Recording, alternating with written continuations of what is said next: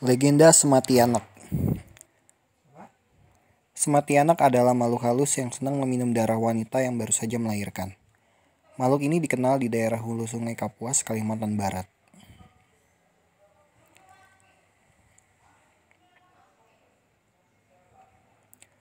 Saat pertama kali mendengar nama Sematianak, saya menduga makhluk ini serupa dengan kuntilanak atau matianak. Namun setelah mendengar penjelasan Umak, makhluk ini jelas berbeda. Sematianak berukuran kecil mirip tuyul, berambut panjang, dengan banyak kepangan di kepala menyerupai konde. Lidahnya sedikit panjang, serta memiliki mata yang besar yang tampak melotot. Keberadaannya ditandai dengan suara ketawa yang kecil dan melengking. Kisah ini terjadi di salah satu kampung di pelosok Kalimantan Barat. Itu sekitar tahun 1979 bulan Desember. Usia Umak waktu itu baru 10 tahun. Malam itu pukul 7 malam, kampung sudah sepi. Hanya pancaran cahaya lampu minyak yang menembus sela-sela dinding rumah.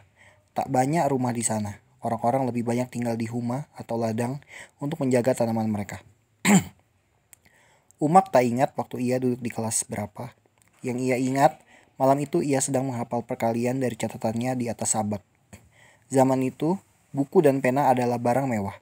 Anak sekolah menulis di papan sabak dengan kapur tulis. Papan sabak itu seperti ini. Saat itulah Aikarom tiba-tiba mengetuk pintu. Inek buru-buru membuka. Cepatlah ke rumah, Lomilah, dia akan melahirkan. Begitu info. Begitulah kebiasaan di kampung. Bila ada yang membutuhkan, maka seluruh isi kampung akan berkumpul.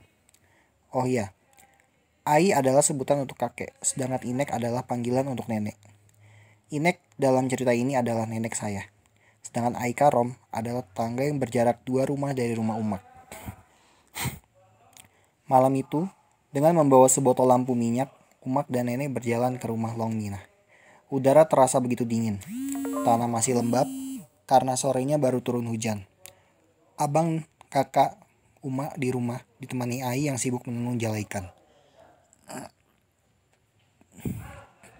Rumah Lomilah berada di ujung kampung di kaki sebuah bukit. Untuk sampai ke rumah itu, dari rumah Umak, paling tidak dibutuhkan waktu 10 menit. Namun perjalanan malam itu terasa lebih panjang. Umak dan Inek harus melewati kebun karet. Mak, kita tadi udah lewat pohon yang ini, kata Umak menunjukkan pohon karet yang diikat dengan kain merah. Kain itu biasanya jadi semacam batas antara pemilik kebun. Jangan bicara apapun, ada yang iseng, kata Inek. Umak diam. Setelah berjalan cukup lama, akhirnya mereka sampai di rumah Longmilah. Aikarom sudah ada di sana, padahal Aikarom tadi masih di belakang karena harus memberitahu warga lain di sisi lain kampung. Ada yang nakal ya? Tanya Aikarom. Biasa, sahut Inek. Umak waktu itu tak paham. Udah berapa lama? Tanya Inek ke salah satu warga lain. 7 jam katanya, seperti ada yang masuk, anak ini lahir malam.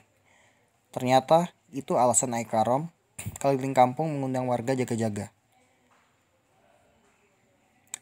Umak yang waktu itu masih kecil tidak terlalu peduli. Ia berkumpul dengan beberapa anak lain untuk bermain biji karet. Pesan Inek, jangan kemana-mana, jangan berpisah, jangan main berlabok. Berlabok artinya bersembunyi, maksudnya main petak umpet. Ada sekitar 10 orang di sana. Inek bersama 2-3 orang lain yang masuk membantu dukun beranak.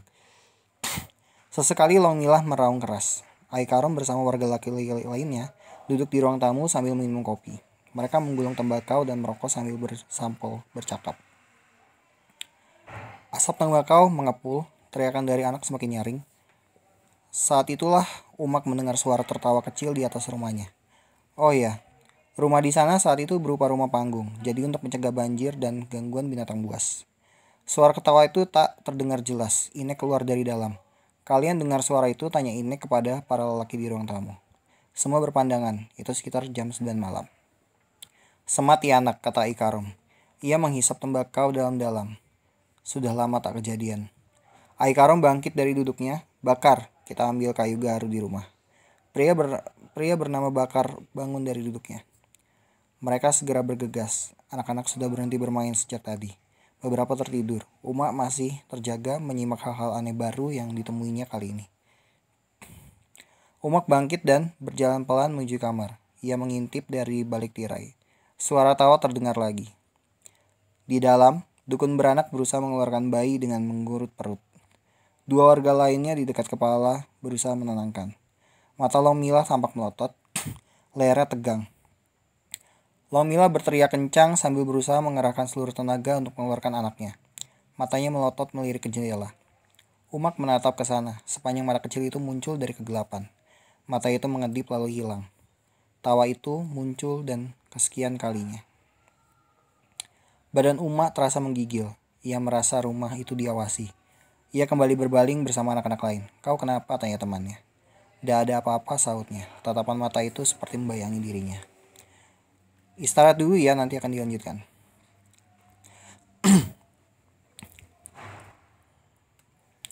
Umak meringkuk, sekejur tubuhnya dingin. Dari dalam ia mendengar pekik yang semakin sering. Keringatnya mengalir. Rasa takut membuatnya seperti mendengar tawa itu di dalam kepalanya. Kadang jauh, kadang seperti berbisik di telinganya.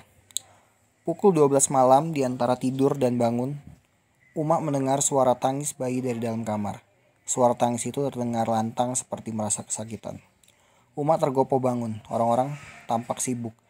"Cepat bersihkan darahnya," seru Umak pada warga lain. Bapak-bapak yang tadinya merokok di luar bergegas mengangkat air ke dalam kamar. Tangis bayi itu masih terdengar kencang di tengah kesepian malam. Anehnya, Aikoram belum juga datang, padahal itu udah nyaris jam 3 pagi. Kalau hanya sekedar mengambil kayu garu ke rumahnya, 30 menit cukup. Kecuali kalau kayu garunya harus ditanam dulu. Suara tangis memecah malam disusul suara tawa menggema. Suara itu terdengar banyak menggema, seolah-olah rumah itu sudah dikepung. Pontang-panting bapak-bapak itu mengangkut air ke atas. "Laki macam apa kalian? Lari macam anak kecil," serga Inek. "Kami ini buaya pun kami lawan, asal ada wujudnya. Ini setan, yang ada cuma ketawanya," saut salah satu bapak tawa bersaut-sautan. Di dalam Lomila meraung-raung berusaha menggapai bayinya. Ia menendang-nendang, menumpahkan baskom bekas memandikan bayi. Baskom tumpah, air mengenang dan menetes melalui celah-celah lantai papan seperti hening. Lalu suara tawa itu seperti berkumpul di bawah rumah. "Cepat Aikarom," seru Inek. Umak memanggil ngeri, tetapi ia seperti terpanggil menatap ke bawah. Dari sela papan Umak dapat melihat Sematianak di bawah rumah berusaha menggapai tetesan air bercampur darah itu. Menyadari sedang dilihat, Sematianak bergerak cepat menempel ke bawah lantai dan membalas pandangan Umak. Mata mereka bertatapan, Umak cuma bisa mematung. Melihat Umak mengintip ke bawah, Inek langsung menarik Umak dan menggendongnya. "Sedang apa kau?" Umak mematung, tatapannya kosong. Hilang semangat. Begitu di sana disebutnya kondisi apa nih? Seorang seperti kehilangan kuasa atas dirinya. Inek mengelus kepala Umak sambil berisik. Kusemongat, kusemongat, kusemongat." Ia seperti berusaha memanggil kembali semangat Umak. "Lihat ke bawah, ada apa?" Umak meminta bawa-bawa tadi ke bawah. Mereka hanya berpandangan. Suara tawa itu sayup-sayup terdengar seperti tipis. Dua orang bapak melompat ke bawah dengan kayu minyak yang mereka bawa. Mereka berusaha menerangi bagian bawah kamarnya. Tidak ada siapa-siapa pun di sana. Angin malam berembus kencang dari sela-sela dinding kayu itu.